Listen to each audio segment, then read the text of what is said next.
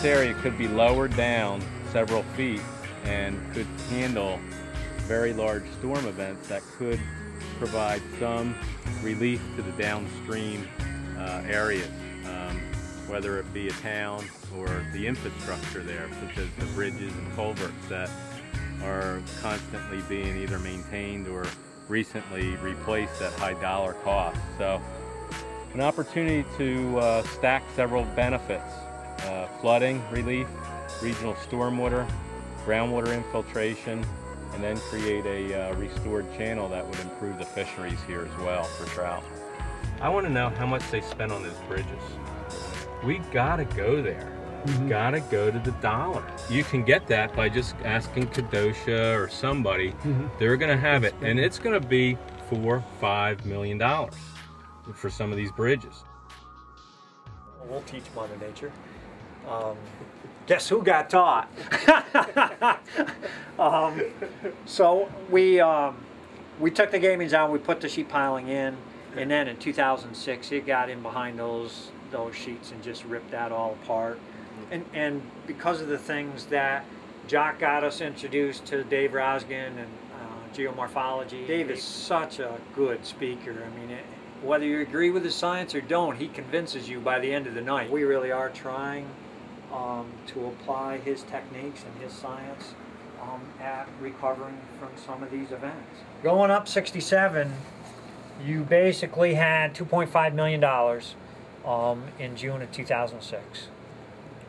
Bridge 6723 is the little structure right on the village line. Retaining wall is site number 8. I've just stuck a little 8 in here to show you where that went. And then as you go up further up,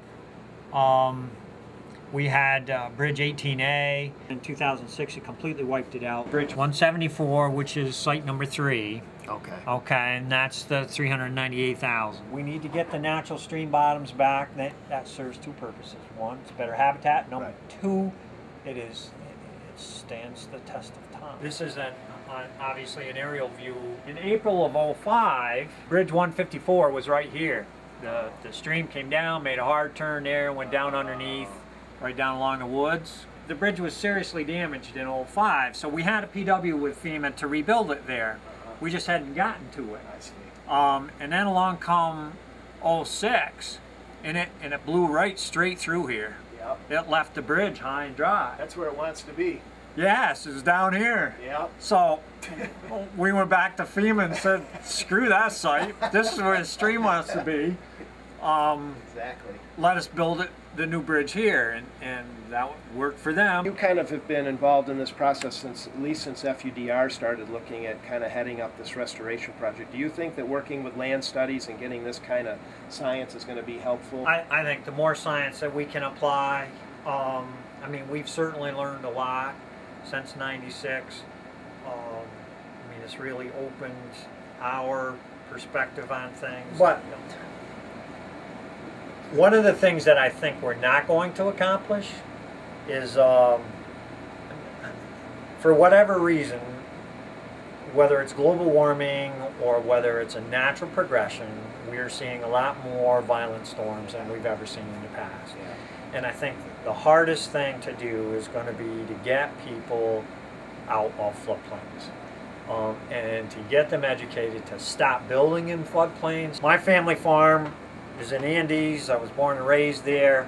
It's been in the family since 1878. And the farmhouse is in a floodplain. And it got flooded a lot of times. Just getting people in the mindset that we can't build a berm on both sides of a stream and prevent them from getting flooded. That just doesn't work. And I know it's home, so it's hard to get out of that. We call floodplains for a reason. A big part of this whole program is we're hoping, for the good of all, we can convince the people that are in the areas that if they weren't there, by giving us access to or participating in the buyout program, just like Bernie Wormuth, you know, but he finally said, you know what, it's not just for me, too, it's for my neighbors, it's for my family. How did it all go down when the flood came? Just the rain started coming and Didn't let up.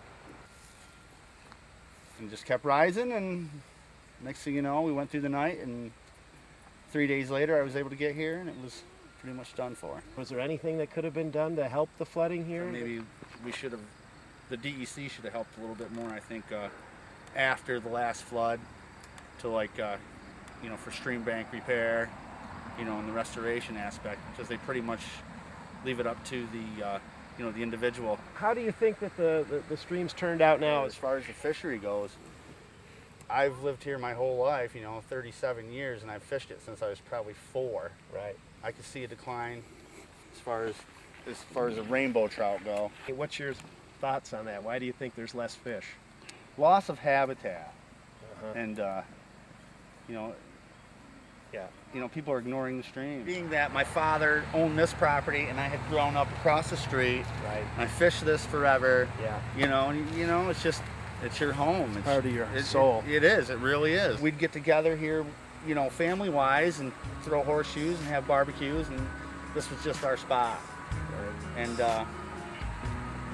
I would trade it all to have it back. Yeah, man. But yeah, can't. So. Yeah. What are the actual damage of the flood? Can somebody please give me that in millions, please? Because what we're talking about is a drop in the bucket.